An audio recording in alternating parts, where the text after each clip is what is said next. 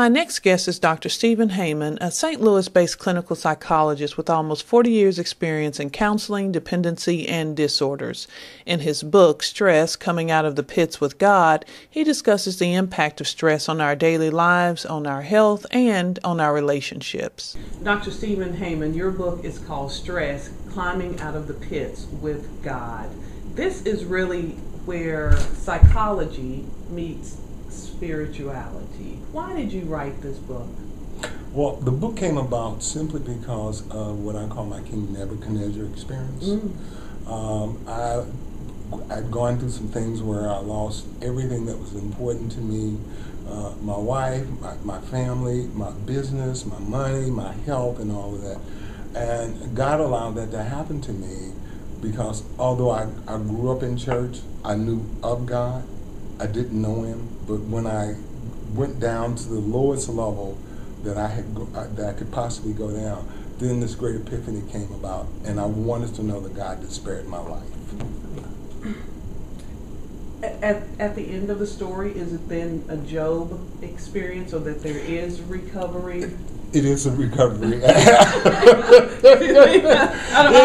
I'm alive. Well, the subtitle is Climbing Out of the Pit. So, I don't want people to go, whoa, well, let me change the channel.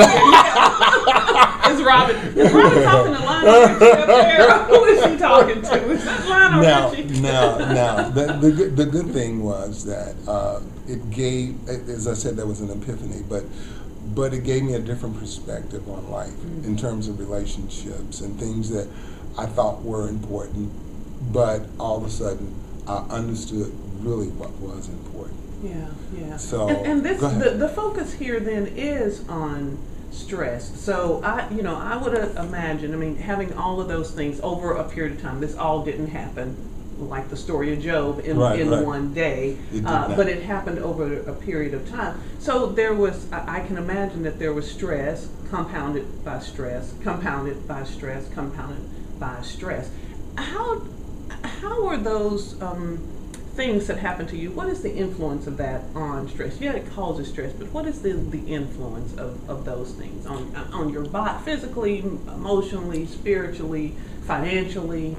Yeah, I think you're absolutely correct. There's no way that stress attacks you and it does not affect how you think mentally, how you feel emotionally, what happens to you physically, whether we're talking about backaches, headaches, or whatever, physically, and then spiritually, how you look at life, period. Because when we talk about spiritual, we're talking about the quintessential person, so who you are. And I always say that you can tell who people really are when there are pressures that are coming at them, because the real person will stand up. So when stress is attacking you, I don't care what your persona is, the real you will come out. So it affects you holistically. Who was it, Martin Luther King, that said, I think I'm doing that attribution correctly, that said that your character is made not in times of triumph, but in times of tragedy. Absolutely. Yeah, I agree with you 100%.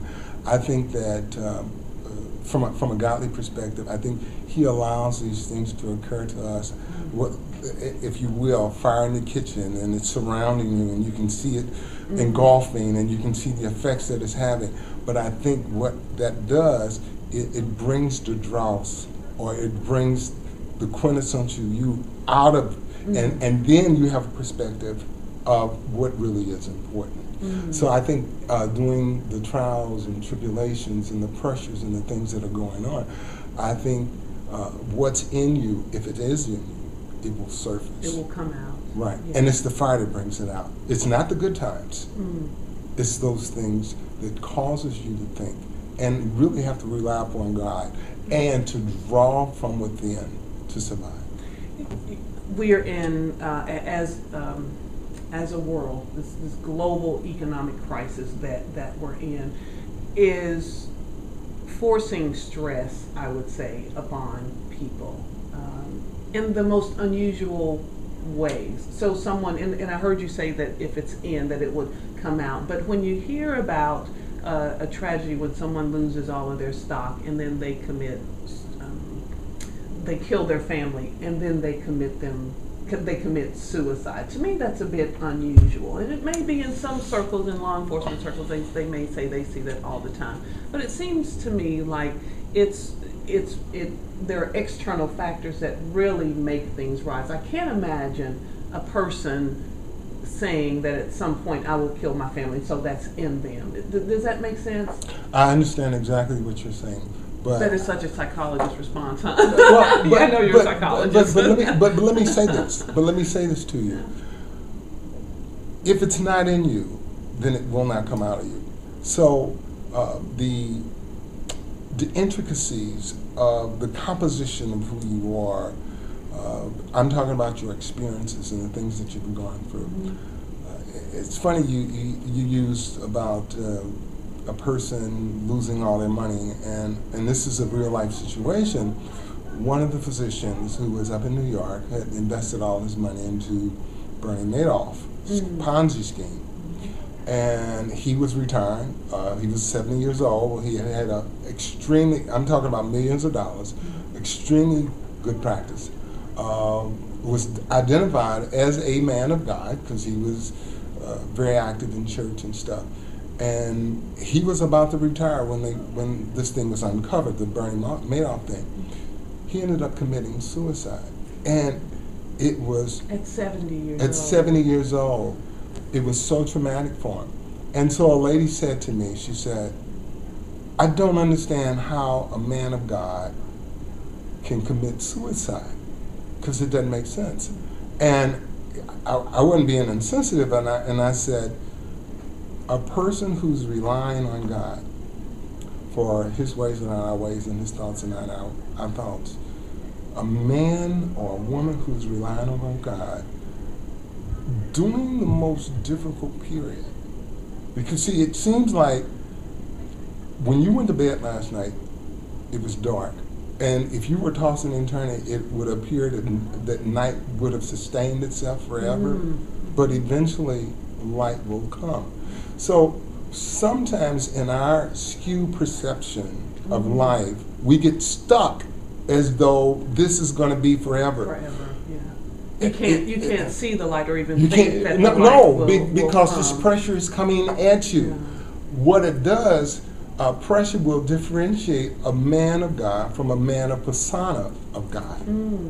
So when things come at us, if we're really relying upon God, and we're understanding, we may not see it, we may not understand what's going on, but we know that He is the one ultimately who has the say-so, then we rely upon Him.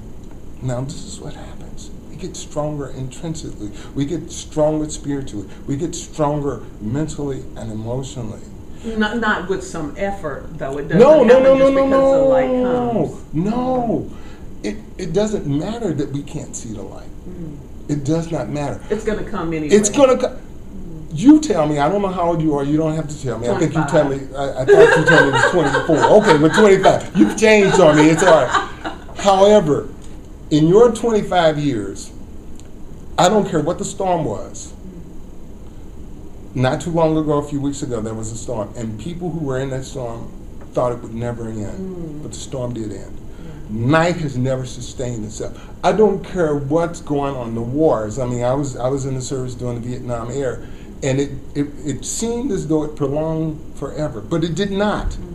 My point is, whether you see the light or not, if your hope is in anything other than God, if your hope is in a beautiful woman such as yourself, or your hope is in a friend, or your hope is in anything other than God, then when or in this case, in this gentleman's case, in his financial portfolio. Right. I mean, because you're talking about a doctor. You're talking about a medical doctor who had millions of dollars, and he took his life because he couldn't see it. Your practice, mostly your family practice, but you have a specialty, and you said earlier that you were a teacher, had been a school teacher. I was a school teacher, right. You deal with public school teachers, right. So you dealt with children as you do now in your practice. Absolutely. How do they handle stress? I mean, we've just celebrated is not the word. We've just recognized the 10th anniversary, observed the 10th anniversary of 9/11. Right. So how do children deal with stress? Well, and then first, how do we know they're in stress? And then how do they deal with okay. stress? Now you're bombarding me with questions, but I want to make sure I answer some of those questions.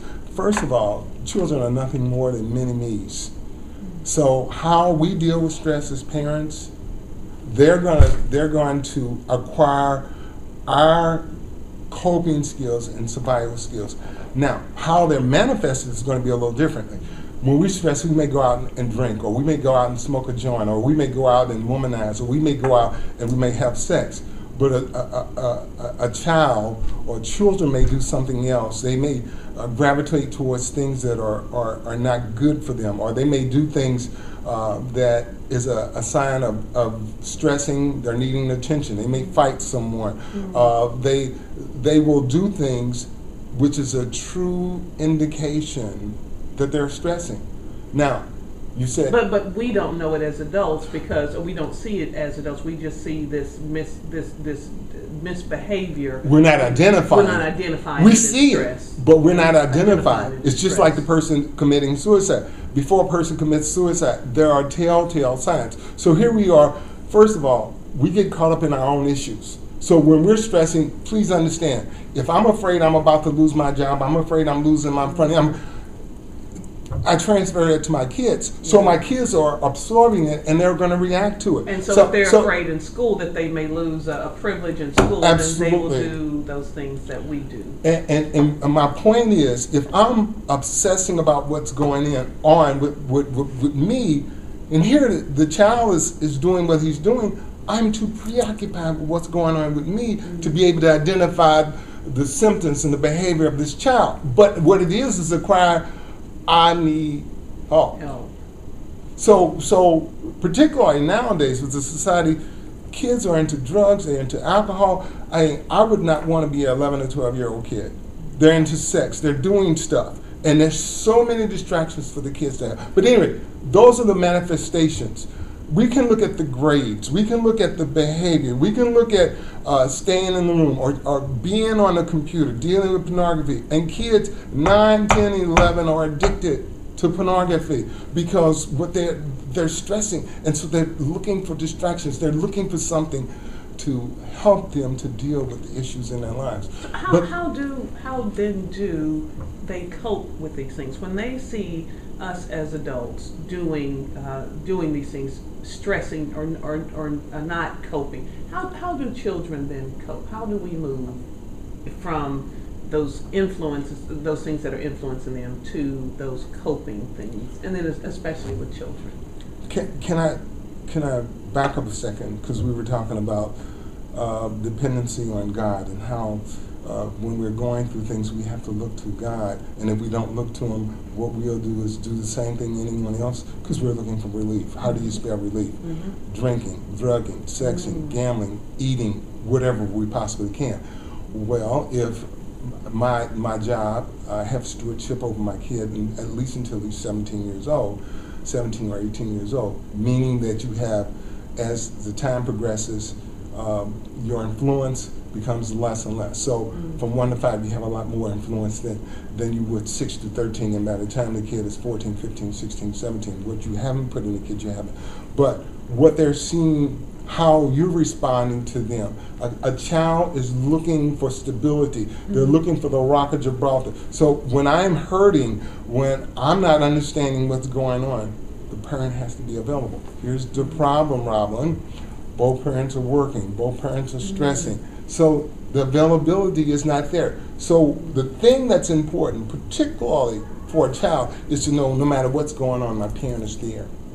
So if the parent is running off drinking, and I see it a lot with fathers. So the parent may be there physically, but emotionally not they're not. And the child knows that. A child intuitively knows if the person is available, whether they're in the house or away. And so that's sort of helping the child to stabilize. Now, communication is the most important thing when we talk about relationships, particularly for a child. If it's my way or the highway, then I don't have the privilege of coming to you and saying, particularly with this harassment, that kids are really tearing down one another. And I remember my youngest son saying to me, and I thought I was an excellent parent because psychologist. Right. And so my youngest son, I think he was 14 or 15 years old, and I was talking, and I was traveling, doing what I do, ministering to other people and being available. And my oldest son, I took him to the gym on the weekend. I took him out of town. We went on vacation. I was at school, at hospital.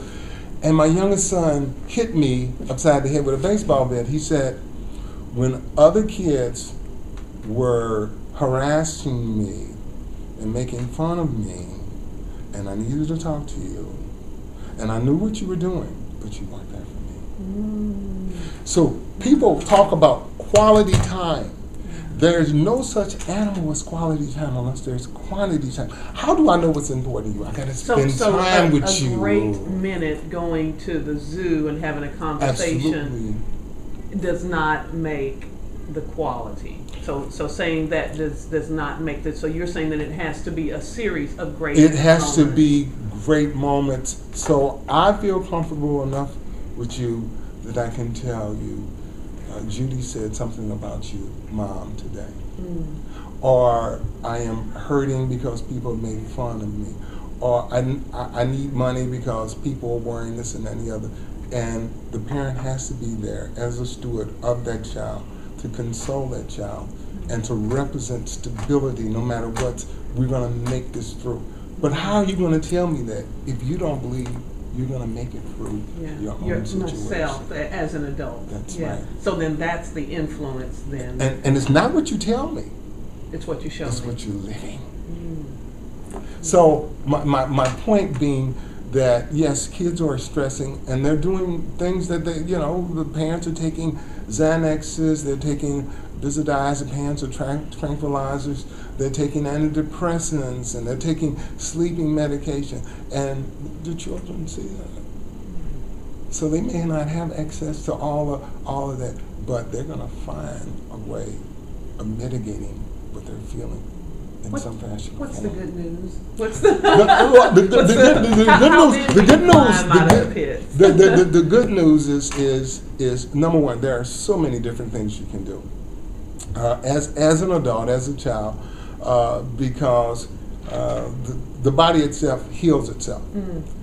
Even when you're hurt, you're being bombarded with various things. And one of the things I do practically every day, I'm running. I have a bad back, I have problems with my legs and stuff. I'm 61 years old. I didn't say that. Yeah. But I keep running. I keep doing weight resistance or pumping iron. And that does something to the neuroreceptors, to the hormones. And you've heard dopamine, you've heard serotonin, you've heard norepinephrine, you've heard endorphins, you've heard those things. These are all things that those help. are hormones, those are neuroreceptors. And then because the healing is in the blood. When the blood is circulating, the heart is pumping and it's moving in through, it's going to automatically raise those different hormones or those different neuroreceptors. So you want to run. We are guilty. So exercise in general, even if it's not running, just exercising. It can be any kind of. In fact, I tell people, don't do what I do. I love running. I don't like pumping iron, but I love running. I love running. But if you like water aerobics, if you like swimming, if you like bike riding, whatever you like, whatever you have a passion for, that's what you do. Aerobics, Pilates, whatever you would get into. And it needs to be done 3 or 4 times a week, because what you want to do is get that blood circulating to stimulate the blood. So that's one thing. The other thing, I can hear some people saying, well, if I exercise, that'll be some stress, but I know what you're saying. Well, yeah, that's a resistance. But remember, I was talking about the changing of your mind. Yeah, sure. Okay, so when your mindset is different, although it is a challenge, the more you do it, the easier it becomes. Because as I told you, I'm going to run no matter what's going on. The other thing is, and we're guilty of gluttony, meaning that we eat the wrong things. And so as a vegan, vegetarian person, I watch what I put into my body because we are what we eat. You've heard it over and over and over. Your body is a so temple. you eat a bunch of sugar, your body says to produce insulin. The body says steward the fat, and so the body is working. So you have to watch. You have to regulate the sugar intake. You have to regulate the fatty foods and meats and things. And you probably had a big steak and you ate it and you were tired.